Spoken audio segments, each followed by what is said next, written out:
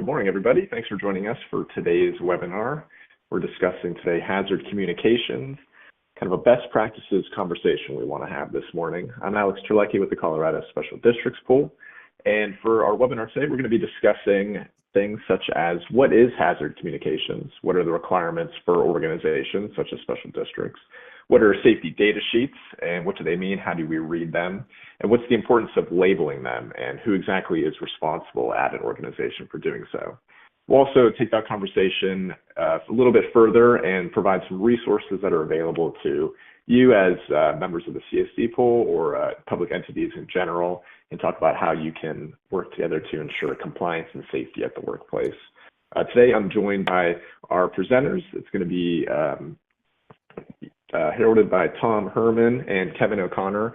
Tom's going to take the lead today. He's worked in safety and loss prevention since 1995 with a local trade association, performing safety inspections, safety and health training, and emergency response procedures. In 2014, he began his own safety consulting company, Small Business Safety and Compliance Company, to provide safety and health services to independent repair facilities. And Kevin O'Connor is our customer success manager at Helix Intel, another one of our partners that we work with at the CSD pool, and he's worked there since 2021. They provide us with excellent software for equipment breakdown support, and that helps our members track and maintain equipment, supplies, and inventory across multiple locations to predict and prevent the risk of equipment breakdown. A couple housekeeping items real quick. We're recording today's session, so if anybody has to step away, run into any issues with audio or tech, we will send a recording of today's session to you. We've also put a couple PDFs in the files box above the chat box available for everybody on the call today. We have a copy of the slides available for download. We have a flyer that explains the safety data sheets resource we have available to members. And then there's also a resource packet that includes a couple different flyers regarding safety data sheets and compliance that was put together from our safety and loss guys at CSD Pool. And finally, we have the chat box on your screen as well, available to type your questions in there, and we'll answer them as they come up. Happy to make this as much of a conversation as possible, answer any questions you might have, and talk about what exactly is going well and what's needed for all of our special districts. So with that, I think I'm going to turn things over to Tom to get us started today. Thank you for putting this presentation on. Well, good morning, Alex. It's my pleasure. Happy to do it. Welcome, everybody, to our HazCom 101, how to handle hazardous communications at the workplace. So, as Kevin mentioned, I started in 1995 with the local trade association of new vehicle dealers in Western New York, in the Buffalo area, Niagara Falls area. And at that time, there was not a great emphasis on safety. So, in many of your cases, if you're starting out brand new, I was brand new to the business. I'd had a number of years safety and health experience with the federal government, which led me to this job with the trade association. But a lot of the dealers I work with didn't really have an idea how to get started. Many of them knew they had safety concerns, or their insurance company told them, or like in your case, Colorado, to let them know there was issues to be addressed.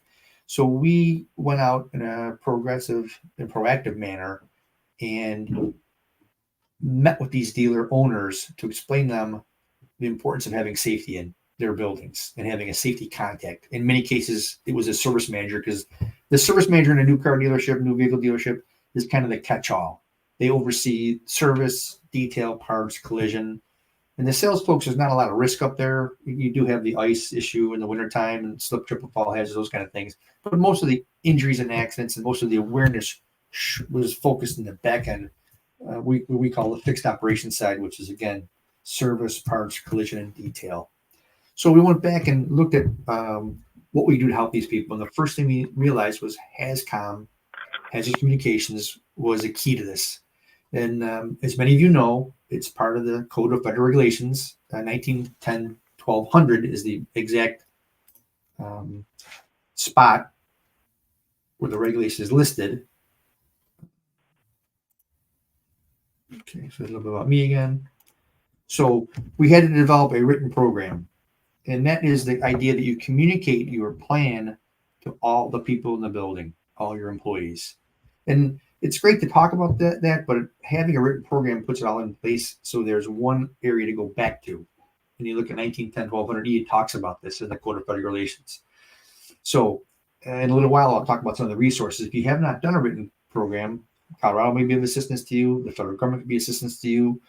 The safety community is a lot like the camping community, where most folks are more than happy to help out their counterparts, people they work with, people in the industry. So that's a great, many another great resource to use is the folks in the industry. And I have done this over many of my years.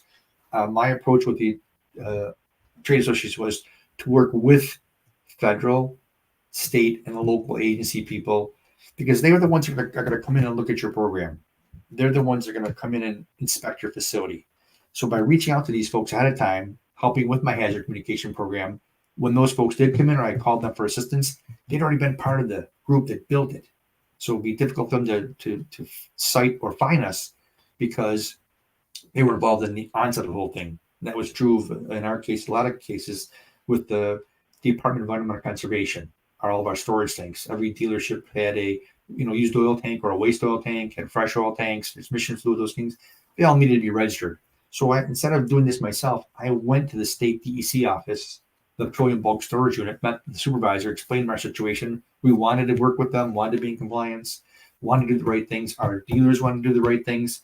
How could the three parties work together to ensure that we had the right paperwork, the right permitting, the right labeling, the right signage, the right inspection in place? So when an inspector from the DEC came in, the things they wanted to look at, we already had in our book at the dealership. And HazCom is no different. You want to make sure that all the employees know about the hazard chemicals they're working with at their workplace. And a lot of people think this is an issue where you want to talk about the fines that may be levied by OSHA or by your state agencies, or the penalties that be issued, or the citations in that. That's not how I ever worked my program. Our program was always done in a cooperative manner, working with the management and with the employees to educate them, to train them, and to explain to them why wearing a pair of safety glasses in front of the grinder was a good idea. Why knowing where the hazard communication program was kept was a good idea. Knowing how to access the safety data sheets. Were they in a binder? If they were in a binder, how was the binder organized? Was it alphabetical by the manufacturer, or alphabetical by the product? Or how about the distributor? If you're buying all from the Castle Chemicals, are all the Castle products alphabetized in that tab? Or is it by manufacturers? So Castle would fall in the C place tab.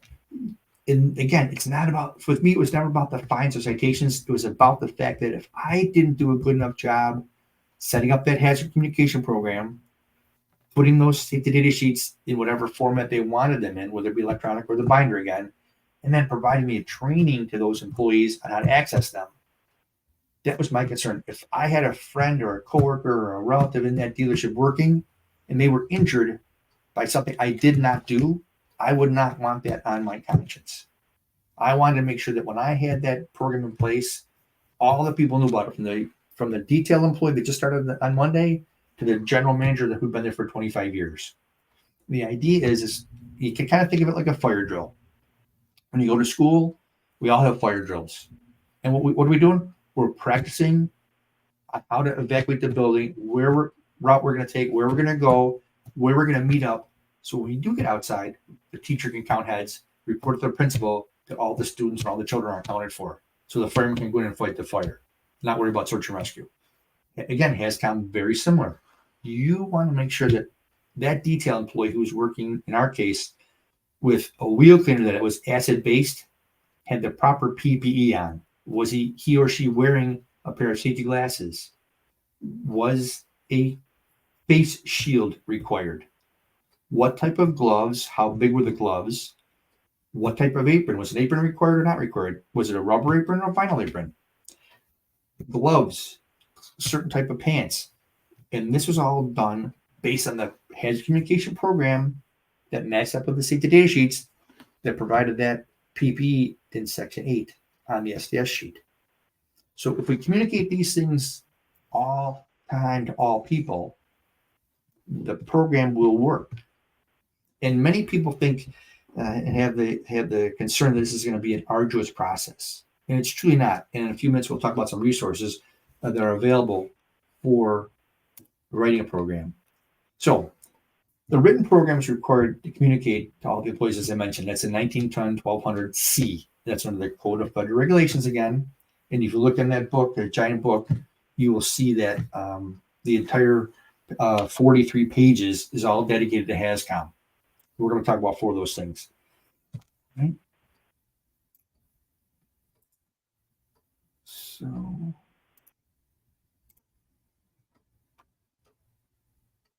And Tom, if you're trying to go through slides, those buttons down at the bottom of the screen. Thanks. Appreciate it. Back and forth. Appreciate it. Perfect. Okay, so thank you. All right, so the next thing we are concerned with would be labels.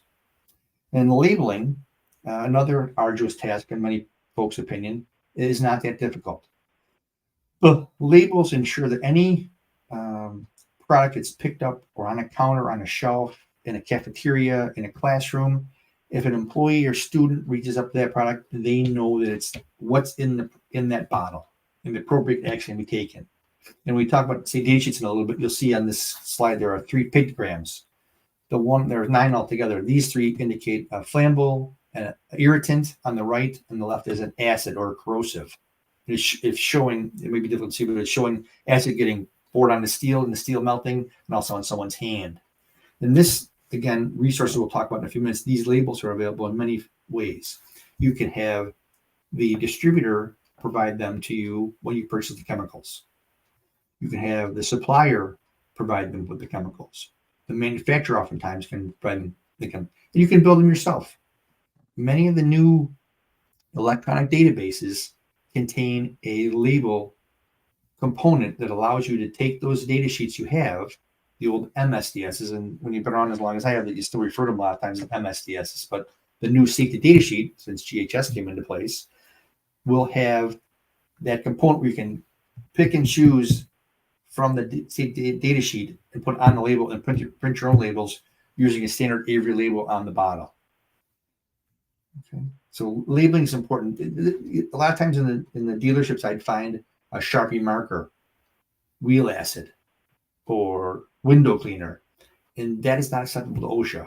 And I'm going to circle back again to my earlier point that it's not about the finer citation again. This is about the fact that if you take a bottle, put something in it, and walk away from your workstation, a coworker thinks he's grabbing a bottle of window cleaner, when in fact he's grabbing what you would put in was wheel acid, and sprays it on a product, or the wind blows and it sprays back into their face.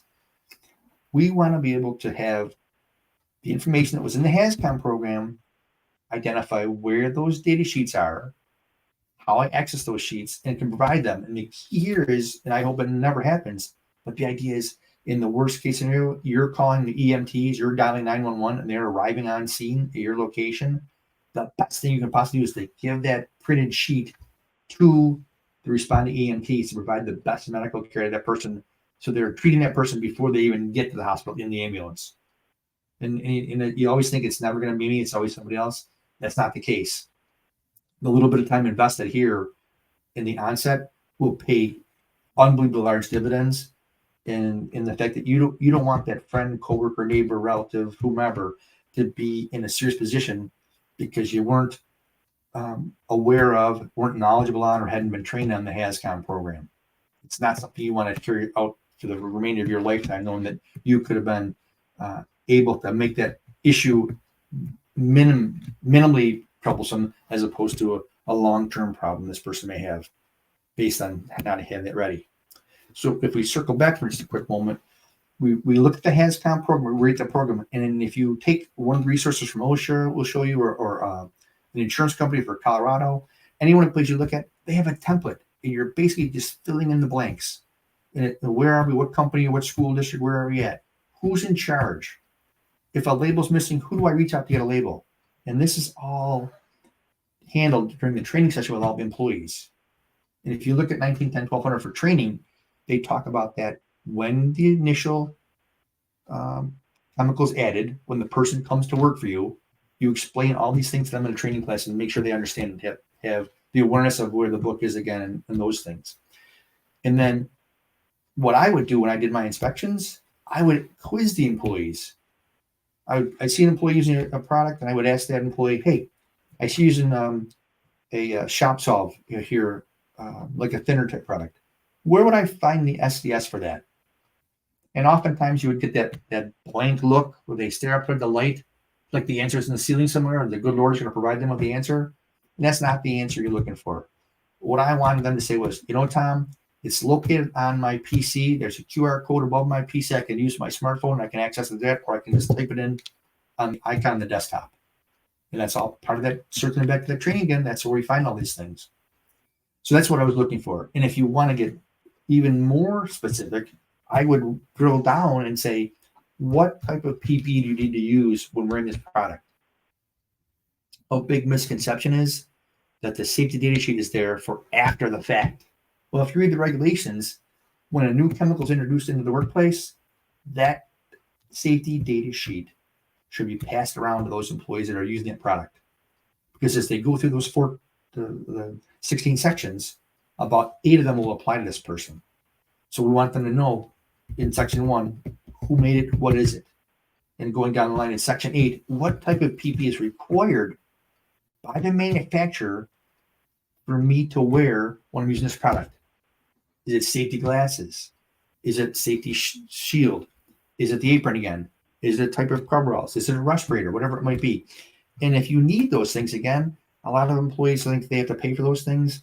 Not the case. Again, anything that's required by the manufacturer as far as PPE is required to be paid for by the employer.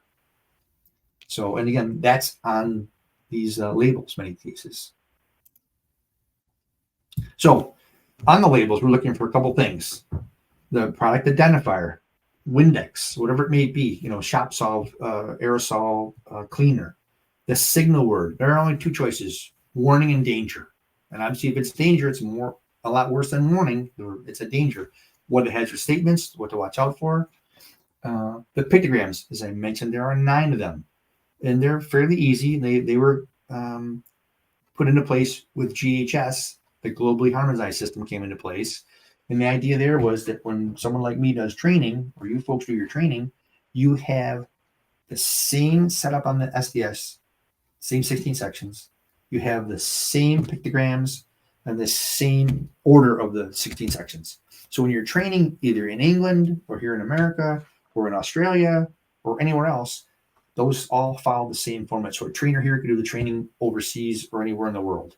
And those same pictograms are there. So if it's in a different language, the exclamation point on a bottle or a 55-gallon drum or in a box is telling all those employees we're communicating that hazard. That's an irritant.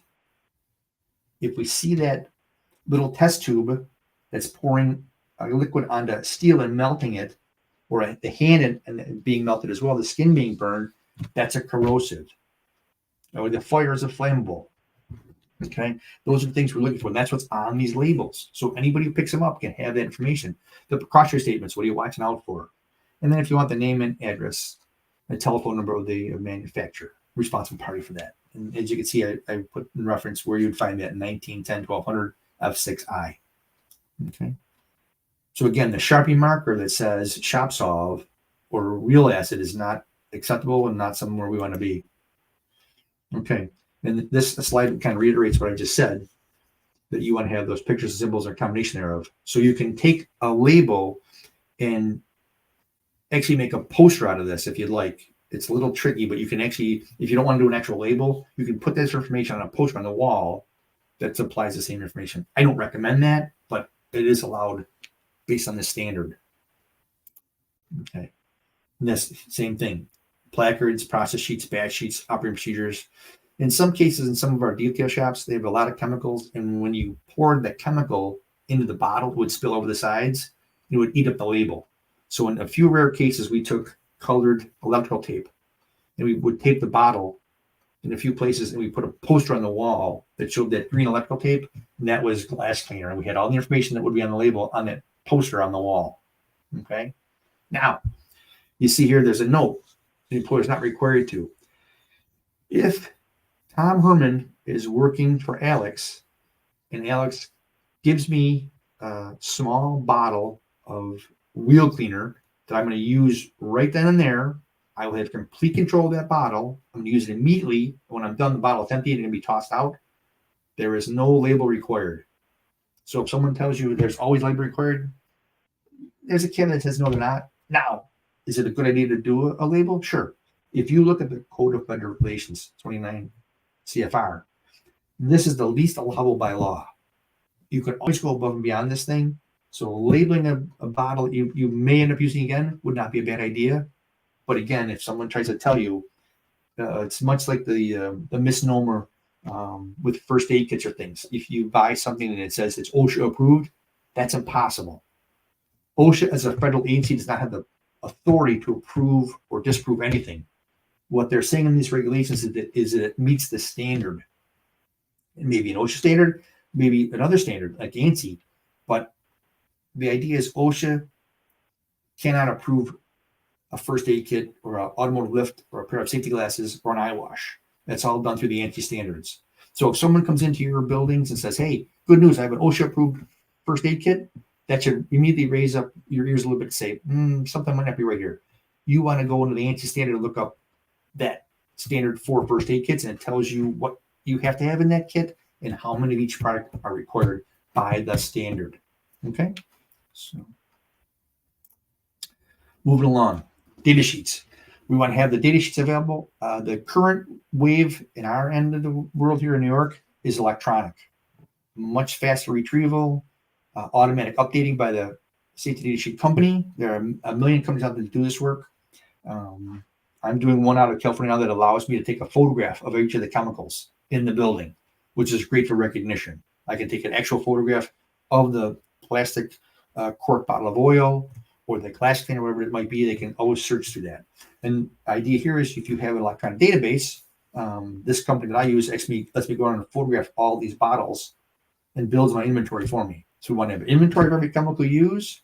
You want to have the idea that people know where the sheets are located, how to access the sheets. And if someone says, hey, what kind of PPE, they're going to go to Section 8 and look at that up.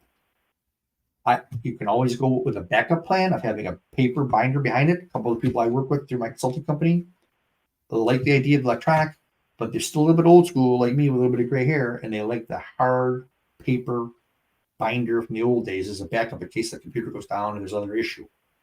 But the idea here is, I tell all of our folks, you want to whittle down to the least amount of suppliers and the least amount of chemicals for a couple of reasons. One is this inventory process is fairly time consuming.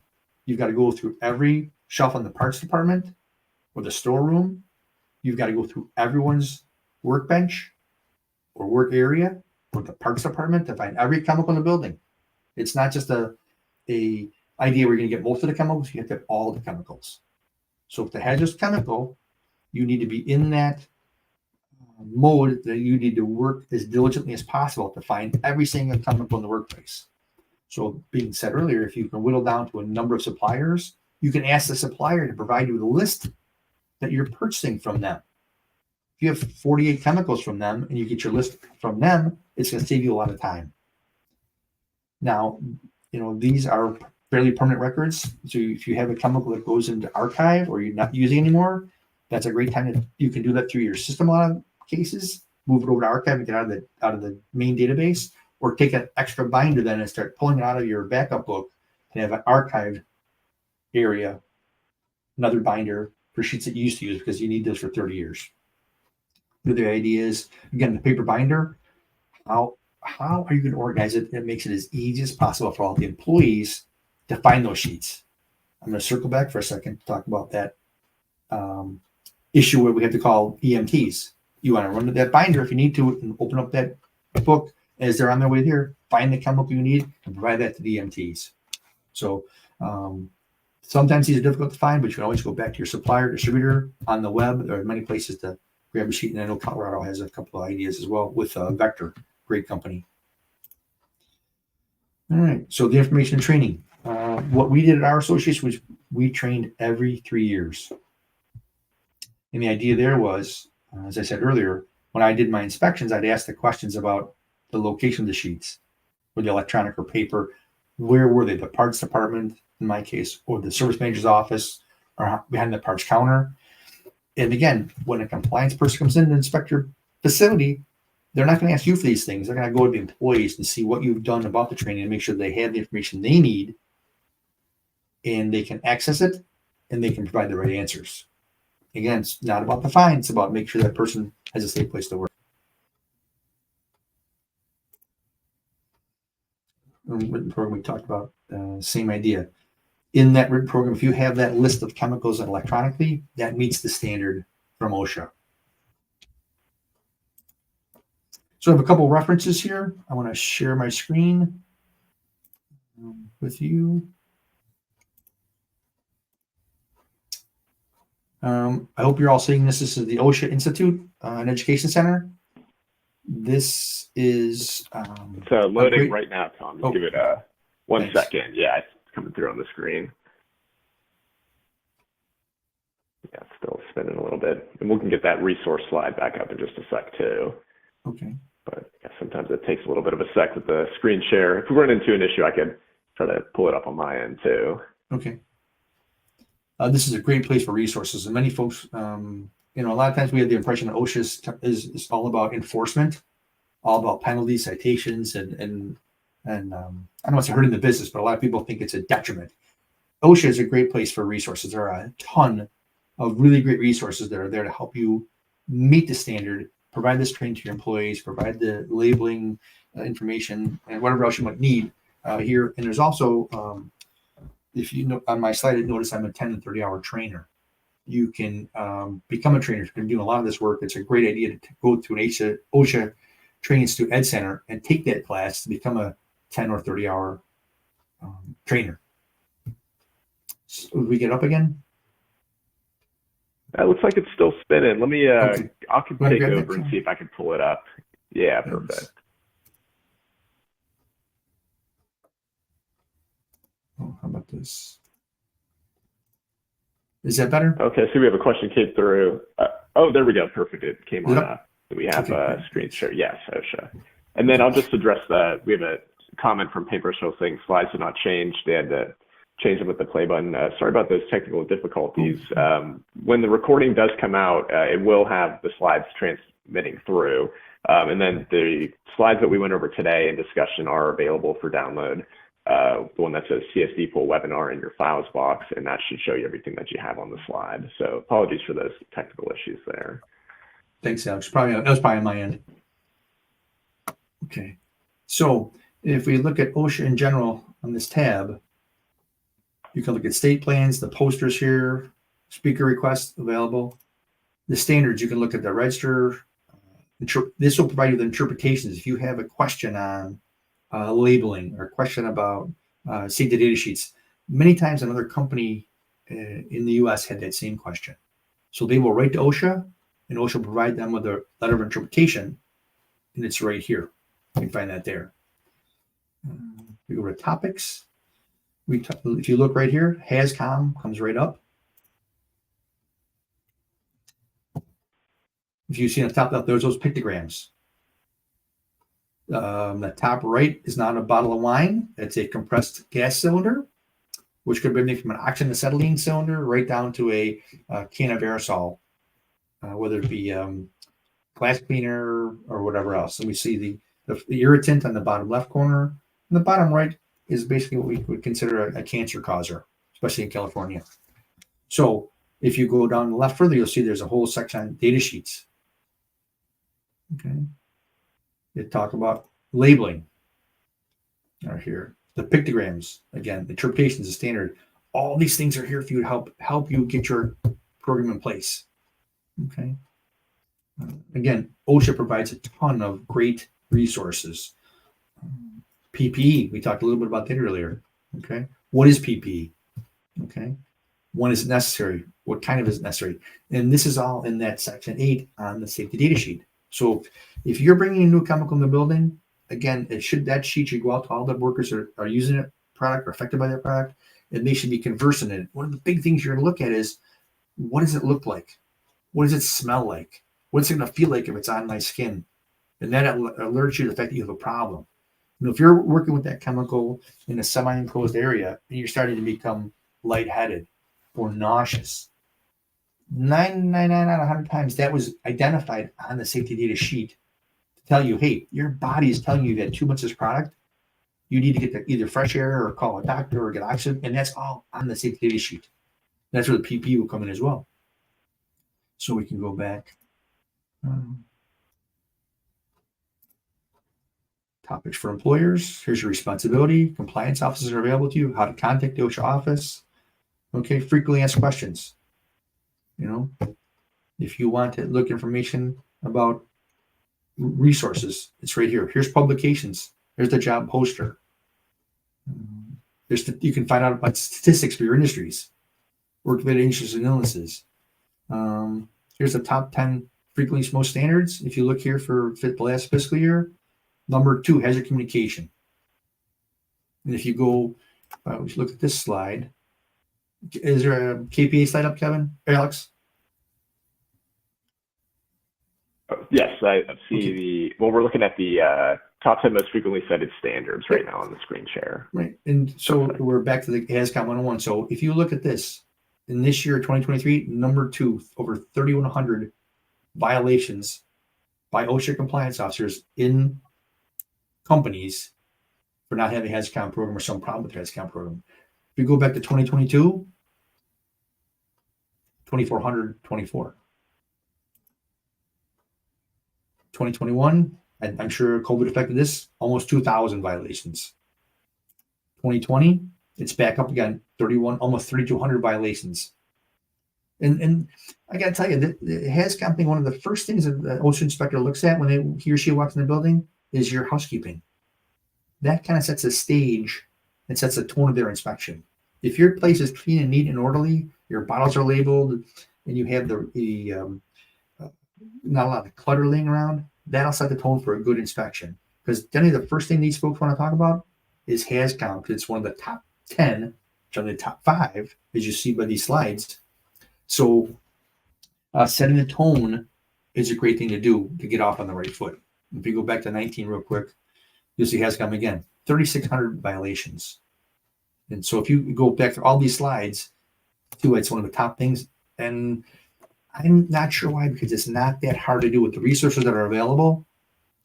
And with OSHA, you have, and if you look here, it's telling you right, it takes right to that page. The resources are here. And there are publications available. If you go to this website and look up the publication 3104, it's a hazard communication, it's a compliance kit. It's probably a half-inch deep with tabs on how to set up a HazCom program. They do the most work for you. There's also a OSHA publication 3695 that is a small entity compliance guide for employers that uses hazard chemicals. Again, a lot of the same things all over again, but another paper document you can use to help you put your plan in place. So,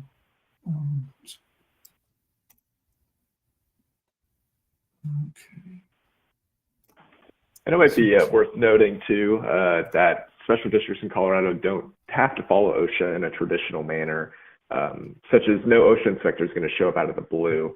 But if there was a severe injury involving HazCom or a similar standard, they can show up and hold special districts accountable for not following procedures. So with that in mind, after talking with our safety and loss prevention team, they do suggest that our members follow OSHA as a general rule, and so that kind of might help frame a little bit of what we're talking about with the OSHA information.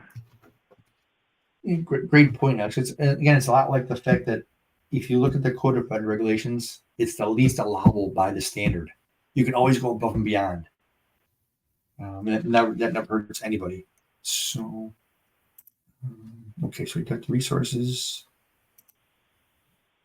Okay, I am about wrapping up my presentation on HazCom 101. If there are any questions, I'd be happy to address those now. And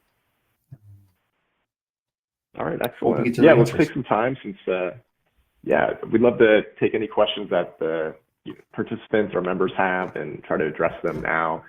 Just want to take a moment too to go over kind of what you're seeing on your file slides above. So we wanted to provide everybody here with some information that might be helpful to take away from this. In that resource flyer packet up there, you'll find information, a high-level HazCom program overview, and that just kind of talks about what we went over today, but just has it available to disseminate with staff. And then there's also 2 other flyers that specifically talk about safety data sheets and the standards that safety data sheets use, and that includes just an overview of what safety data sheets is and how that has kind of changed over time, and then exactly how the chemicals are labeled under the standard GHS, and that is kind of relatively new, where before it was not as strict about the order of operations and what is on the label and in what order. And so that kind of goes into that explanation there. We also put a file as a PDF, which is a member resource that we have available. We offer through Vector Solutions digital versions of the safety data sheets and chemical manager. So you're able to keep track of your inventory all in one place. You can organize chemical inventory, safety data sheets digitally, and organize it by work area. So you can pretty much take this and go all the way down as granular as like what chemicals are in this closet, what chemicals are in this part of the organization, what chemicals are over here in this room. And you can print those out, have them available to anybody, even if they don't have the platform. And that is with QR codes. And I see Paintbrush Sales has a question. Vector SDS was free for pool members. We don't have it free for pool members. We do subsidize it at a pretty extreme rate. Depending on your staff size, it's available at a 60% to 80% discount off of the retail price. It ends up being something about $2 to $3 per person. And if anybody's interested there, they could reach out to us at info@csdpool.org, and we'd be happy to talk more about it. We even have demos available too, so if you want to take a look at what's under the hood before committing to anything, we can make that happen as well. That's a great point, Alex. I tell you, I'm a big fan of the electronic data sheets, and I looked at your Vector program, great program, and that's a very inexpensive cost. The idea there is, in the binder situation, you're going to print the sheet out in 2020. Well, in 2023, they may have changed that sheet. And unless you're watching for it, you're not going to have that. But Vector watches those updates, and they update the sheets automatically. So you'll always have the most current edition of the safety data sheet in your electronic binder. And having the QR code even allows people that don't work in your facility the ability to take their smartphone QR code reader and open up that Vector database and have access to all those chemicals. Yeah, excellent. And on top of that too, this also helps with the compliance that you'd mentioned, Tom, with remaining in compliance with the GHS, the globally harmonized system of classifications too, and that's all built into that program as well. Yeah, when the UN, the United Nations is actually the agency that got the GHS ball rolling. I think they did a great job on it, because it does make life a lot easier if you're a training person, no matter what state you're in, where you're at. It forced those manufacturers to provide those data sheets in the same order, the same sections in the same order for everybody. So it's easier with pictograms and that to provide training for employees. One thing I did want to mention too about the consumer products, a lot of folks get nervous about having, whiteout and toner and this and that in their electronic database. OSHA has an interpretation on that. And if it's a commonly used household product used in the same manner that would be at home at the workplace, it's not required to have that sheet in your electronic database or in your binder. Again, you can always do that, but one of the worries I had as an inspector was I was worried about having the big picture look always. If I was to come into your school district and start, for lack of a better word, harassing you folks for not having a toner or whiteout in your binder, that is going to, most cases, turn you to looking at me like, this guy's not really the guy who's helping me. If he's going to drill down this far, I'm not going to listen to what else he has to say to me. If you look at the big picture and find that the place that has no SDS, electronic binder, and build that binder, that's a huge win. Having that whiteout in there is not a win. It takes away from what we do as safety, because safety, HazCom 101, the biggest thing there is it's a sales job. The idea is I want to come into your building and sell you on the idea, get your buy-in that doing this HazCom 101, having that written program, working with my employees, our teachers and our administrators to have that, give me the time and the resource to build that database through Vector or have a binder, and then provide that training to those employees in person if possible, if not online. And then making sure that that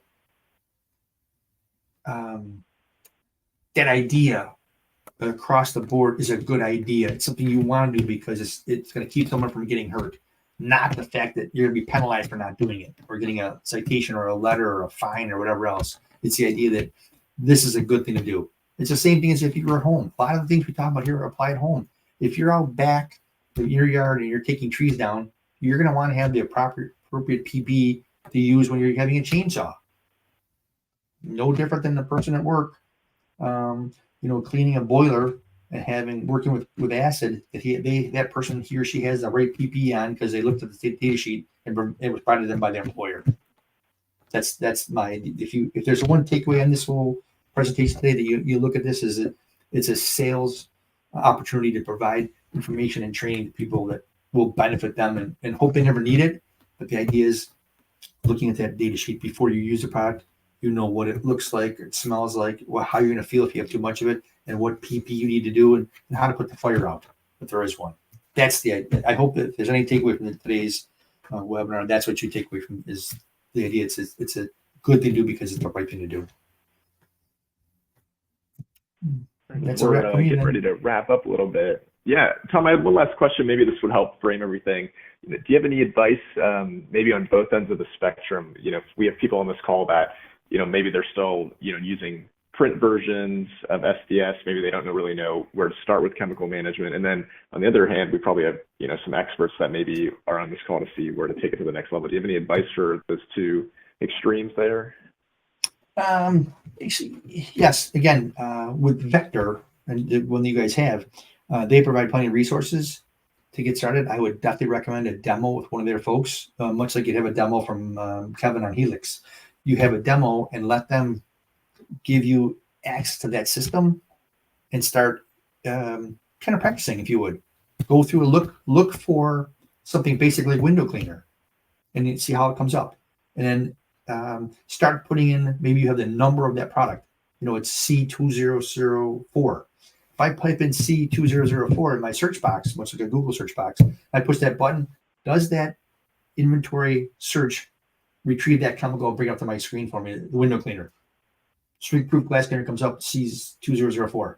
So the idea is when you do electronic database, if in your place a certain product is known to the employees as the green can, you would list that in your synonyms box in Vector. So if I type in green can, that product's going to come right up.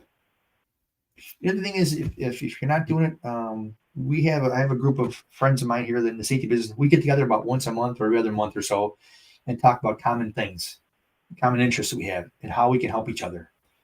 Again, much like folks in the camping world, they're always willing to help out. You can have that little, 30-minute chat once every couple of months about, hey, I'm having trouble, or I'm thinking about getting a SDS database. How you like Vector? Oh, we like a lot. Here's hey, you know what? Give Alex a call. He's the guy. Here's his number. Tell him I told you to call. And then Alex, you can walk through that person on how the system works and take some of that anxiety and some of that trepidation away from the huge task that they think that may be in front of them. One of the things we built recently was an employee site-specific safety orientation.